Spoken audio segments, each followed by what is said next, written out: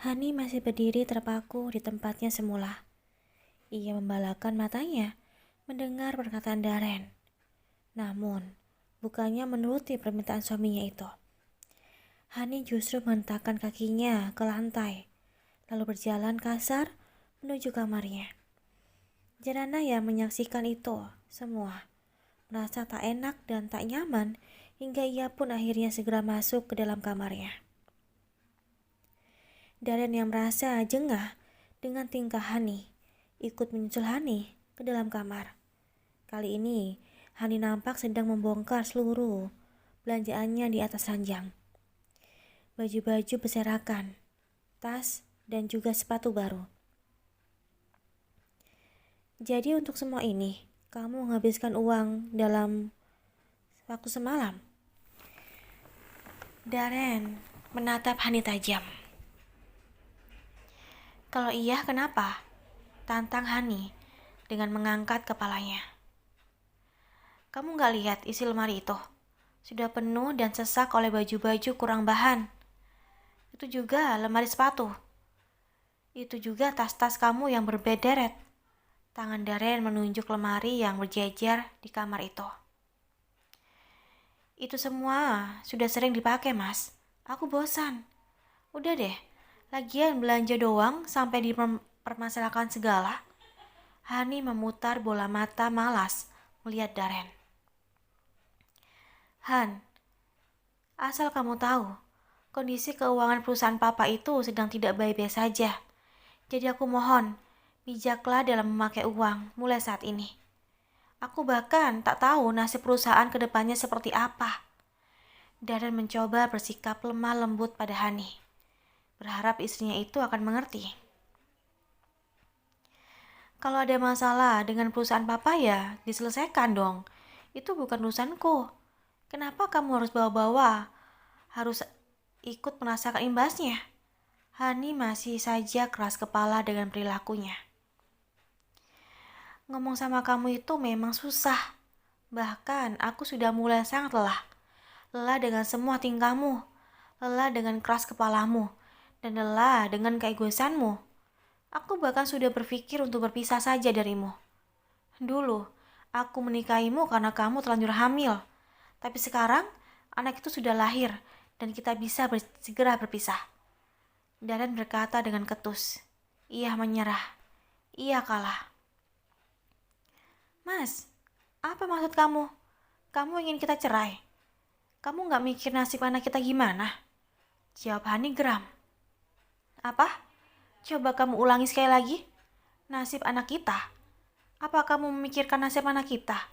Pergi pagi, pulang malam. Gak ada waktu sama sekali buat ngurusin anak. Giliran udah sampai di rumah juga bukannya sibuk ngurusin anak, tapi tidur dengan lelap setiap malam. Apa kamu terbangun saat malam hari? Anak kita menangis? Terbangun? Hah?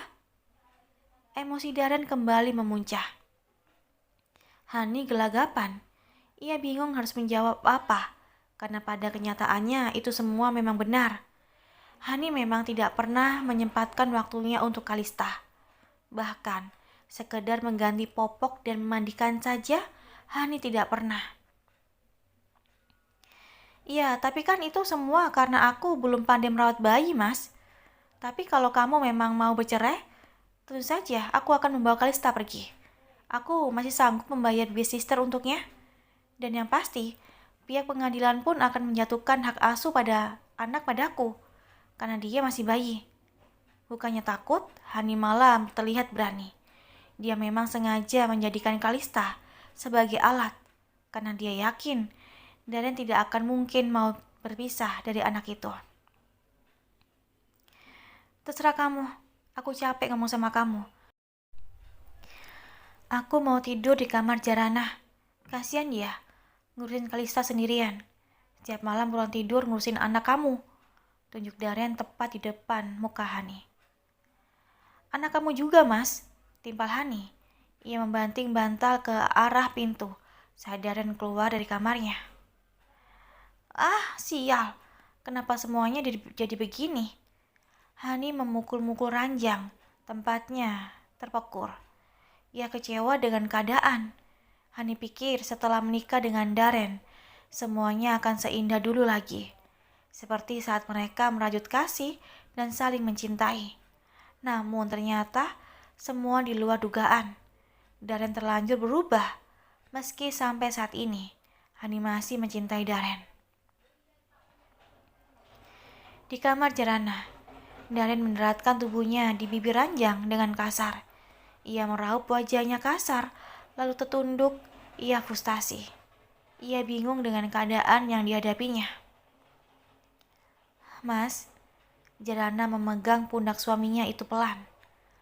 Sabar. Darren menoleh, menatap Jarana dengan tatapan melangsa. Mas lelah sayang. Mas benar-benar lelah menghadapi Hani. Mas tak tahu lagi harus bagaimana.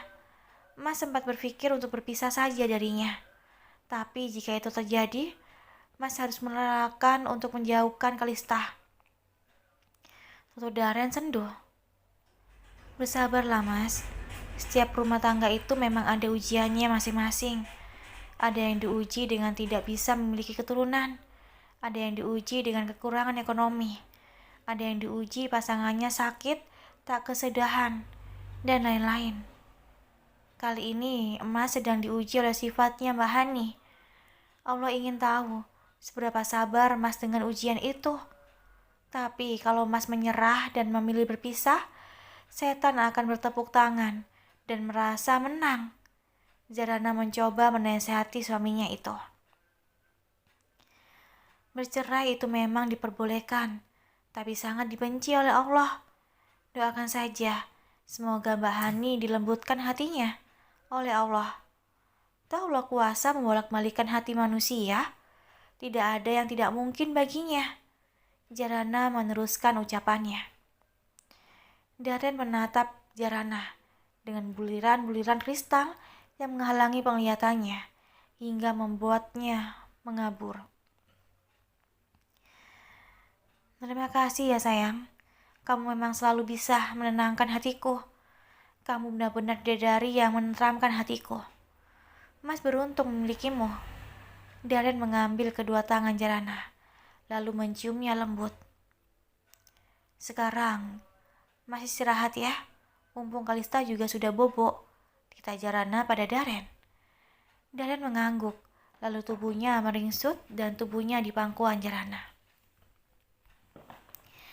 Membiarkan istrinya itu untuk membelai lembut rambutnya, menyalurkan ketenangan dan kedamaian yang merasuki hatinya. Terbuai dengan rasa nyaman dari buaian tangan Jarana, membuat Darren tak butuh waktu lama untuk masuk ke alam mimpi. Jarana membiarkannya sejenak, sampai dirasa Darren benar-benar nyenyak. Setelah itu, barulah Darren memindahkan kepala Darren di pangkuannya ke atas bantal. Darren terlelap di samping tubuh Kalista. Keduanya bahkan berhadapan satu sama lain. Jarana tersenyum melihat pemandangan indah di depan matanya. Kemudian, Jarana pun menyelimuti tubuh Darren dan Kalista bersamaan. Setelah itu, barulah ia naik kembali ke atas ranjang dan tidur terlentang di samping Kalista. Hingga kini posisi Kalista ada di tengah-tengah antara Jarana dan Darren. Sementara di kamar sebelah, Hani tak kunjung memejamkan matanya. Perkataan Darren untuk berpisah dengannya terus berterngiang-niang di telinga. Sesungguhnya, Hani tak ingin berpisah. Hani itu terjadi karena dalam hatinya, Darrenlah satu-satunya lelaki yang dia cintai. Meskipun Hani kerap kali melakukan hubungan terlarang dengan Biang. Tapi mereka melakukan semua itu semata-mata untuk menyalurkan hasrat mereka masing-masing. Bukan karena adanya cinta di hati keduanya. Karena tak kunjung mengantuk, Hani pun turun dari ranjang. Ia berjalan mondar-mandir di dalam kamarnya. Sesekali pikirannya tertuju pada Darren yang tidur di kamar Jarana. Hani mulai berpikir, apa yang sedang dilakukan suaminya itu dengan istri pertamanya. Membuat dada Hani terasa mendidih. Hani pun mulai membuka pintu kamarnya. Ia keluar kamar dan terpaku di sana. Matanya menatap pintu kamar Jarana yang tertutup rapat. Perlahan kaki Hani kembali melangkah. Pelan, bahkan sangat pelan. Ia berdiri tepat di pintu kamar Jarana. Hani penasaran, sedang apa Daren di dalam sana. Hingga tangan Hani sudah mengulur hendak membuka handle pintu itu. Hani kembali menarik tangannya dengan ragu. Kemudian ia memilih menempelkan telinganya di daun pintu, mencoba mencuri dengar apa yang sedang terjadi di dalam. Mbak sedang apa di situ? Sebuah suara dari arah belakang membuat Hani membelalakan matanya. Hani langsung mundur dari pintu. Langkahnya gelagapan, Mbak Maling ketangkap. Setelah merebahkan tubuhnya di samping Kalista tadi, Jarana baru teringat kalau dia belum menyiapkan air dingin dan termos kecil untuk membuat susu apabila Kalista terbangun. Jadilah Jarana bangun lagi dan pergi ke dapur untuk mengambil air dingin dan termos kecil. Tanpa diduga, saat ia kembali dari dapur, ia melihat Hani yang sepertinya ingin mengintip suasana kamar. "Masuk aja, Mbak," tita Jarana pada Hani yang masih mematung dengan kikuk. Aku mau lihat Kalista. Tadi aku belum sempat melihatnya," jawab Hani sedikit terbata. "Iya, silakan masuk saja. Kalista sedang tidur dengan Mas Daren," timpal Jarana santai. Jarana tak ingin membuat Hani semakin tak nyaman jika diinterogasi. "Atau biar aku yang bukakan pintunya," tawar Jarana. Jarana pun menyimpan sebentar air dingin dalam botol dan sebuah termos kecil di atas meja. Kemudian membukakan pintu kamarnya lebar-lebar untuk Hani. "Itu, Mbak, mereka sudah tertidur," Jarana menunjuk ke arah ranjang. Hani pun menatap anak dan suaminya yang tidur berhadapan. Ada setitik rasa yang menghangat dalam hatinya melihat semua itu. "Atau mungkin Mbak Hani mau tidur di sini juga bareng mereka?" Jarana kembali menawari Hani dengan lembut agar Hani tak tersinggung. "Nggak perlu, aku tidur di kamar saja," jawab Hani sambil melenggang pergi menuju kamarnya. Jarana hanya terpaku melihat kepergian Hani. Ia menggeleng-geleng kepalanya. Kemudian mengambil air yang sempat dia simpan dan membawanya masuk ke dalam kamar. Di bibir ranjang, Jarana termenung. Sesekali ia menoleh menatap Daren dan juga Kalista. Keduanya tidur dengan sangat nyenyak. Bahkan mereka sama sekali tidak terganggu dengan percakapan Hani dan Jarana barusan. "Sampai kapan pernikahan kami akan berjalan dengan rumit seperti ini? Rasanya aku sudah lelah, ingin sekali menyerah. Tapi bagaimana dengan suami dan anaknya? Mereka berdua membutuhkan aku," Jarana bergumam sendirian sebelum akhirnya meringkuk tubuhnya di samping Kalista dan mencium pipi gembul itu sekilas. Pagi ini, Jarana kembali membawa Kalista ke butik. Diletakkan di atas stroller. Bayi berusia hampir 3 bulan itu anteng memainkan mainan yang dipegangnya. Sementara Jarana menggambar desain baju muslimah terbaru lengkap dengan jilbabnya. Ada pula yang sepaket dengan cadarnya. Selain menggambar desain baju muslimah, Jarana juga mencoba mendesain baju muslimah untuk acara-acara formal seperti tunangan atau khitbah yang bahasa terkenalnya ta'aruf. Tentu saja terinspirasi dari kedatangan Nidia tempo hari. Jarana tidak mau butik milik ibu mertuanya itu monoton dengan hanya menjual pakaian itu-itu saja. Sesekali Jarana ingin memberikan gebrakan terbaru dengan menghadirkan desain gaun pesta khas muslimah. Di sela-sela menggambar, Jarana sesekali berhenti dengan renggekan Kalista yang mulai terdengar. Sepertinya bayi perempuan berbulu mata lentik itu merasa kesal terlalu lama di dalam tower. Jadilah Jarana menggendongnya terlebih dulu dan membawanya jalan-jalan keluar ruangan, bergabung dengan karyawan butik lainnya. Kalista pun kembali terdiam, bahkan seringkali tersenyum saat diajak berbicara oleh karyawan butik. Kayaknya Kalista lapar, lidahnya dijulur-julurin gitu, ujar Diana. Sepertinya iya, udah lama juga gak minum susu, jawab Jarana sambil melihat Kalista. Biar Diana bikinkan, tawar Diana seraya masuk ke dalam ruangannya dan langsung membuat sebotol susu hangat. Setelah selesai, barulah Diana kembali lagi dan memberikan botol susu itu pada Jarana. Ini dia neneknya, di dalam aja ya, biar langsung tidur. Belum tidur juga kan dari tadi?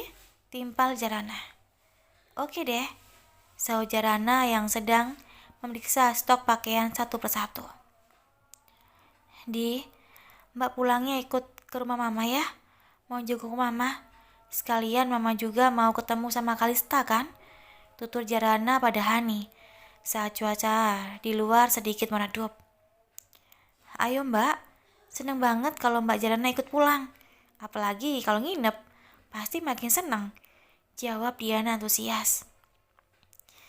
Nggak bisa kalau nginep Mbak Hani pasti nggak ngizinin Kalista dibawa nginep. Dia juga, mumpung Mbak Hani pulangnya selalu malam. Kalau ketahuan, entah deh gimana. Jarana mendengus pelan. Ya, terserah Mbak Jarana aja deh. Tapi Mbak Hani pulangnya selalu malam ya? Hani berbisik penasaran. Iya gitu deh, pernah sampai tengah malam. Pernah juga paling sampai jam 9-an. Timpal Jarana pada apa adanya, tanpa ada ditutupi. Kok bisa ya? Kerja sampai tengah malam gitu? Hani makin penasaran. Mungkin karena pekerjaannya banyak. Kadang juga shopping dulu, makan-makan dulu sama teman-temannya, sahut Jarana. Tapi mbak, tahu nggak? Aku sebenarnya pernah lihat Mbak Hani di lobi hotel sama laki-laki nggak tahu siapa. Soalnya yang kelihatan cuma punggungnya. Diana kembali berbicara pelan. Ia takut ada orang yang menguping. Karena meski bagaimanapun, Hani itu adalah istri dari kakaknya. Zut, jangan bicara sembarangan. Mungkin Mbak Hani sedang ada pekerjaan saat itu. Namanya juga model. Pemotretan kan bisa dilakukan di mana saja. Jarana mencoba berbaik sangka. Tak ingin buruk sangka merusak hatinya, juga adik iparnya. Bisa jadi sih, soalnya Diana juga kan gak lihat mereka masuk kamar berduaan. Cuma lihat sekilas di lobi hotel. Diana membenarkan perkataan Jarana. Nah, makanya jangan bersangka dulu kalau belum melihat dengan mata kepala sendiri. Jarana menasihati Diana. Iya, maaf. Diana tersenyum lebar. Mbak hubungin dulu Mas Daren ya, biar nanti pulangnya dijemput sama Mas Daren aja, ujar Jarana seraya mengambil ponselnya. Ia mengetik pesan untuk Daren. Mas, Jarana ikut ke rumah mama ya, sama Diana. Pulang kerja tolong jemput. Jangan terlalu sore, takutnya Mbak Hani keburu pulang. Jarana langsung mengirimkan pesan itu pada Daren. Tak berselang lama, sebuah pesan balasan masuk ke ponsel Jarana, yang langsung dibuka oleh Jarana. Oke sayang, siap. Jarana pun tersenyum membaca balasan dari suaminya itu. Yuk Mas Daren udah ngasih izin, ajak Jarana seraya berdiri. Dengan sigap Jarana memasukkan perlengkapan Kalista ke dalam tas bayi. Diana pun membantunya dengan membawa stroller keluar dan memasukkannya ke dalam bagasi. Mereka pun naik bersamaan ke dalam mobil.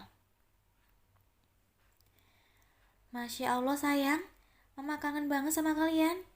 Maaf ya, Mama jarang berkunjung ke cucu Mama karena kondisi Mama akhir-akhir ini sedang drop. Sarah menyambut kedatangan Jarana dan Kalista dengan antusias. Gak apa-apa, Ma.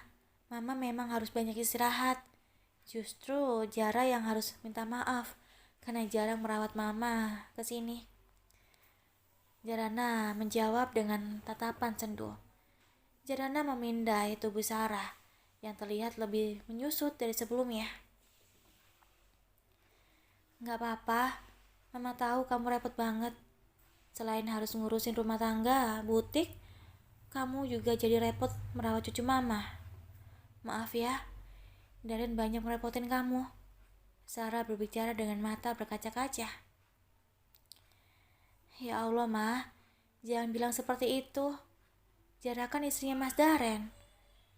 Jara juga menantu Mama. Jara seneng kok bisa merawat Kalista. Bukannya Mama juga udah gak sabar pengen punya cucu. Allah sudah mengabulkannya. Meskipun bukan lewat Jarana. Jarana berkata dengan lemah lembut agar Sarah tidak tersinggung dengan perkataannya.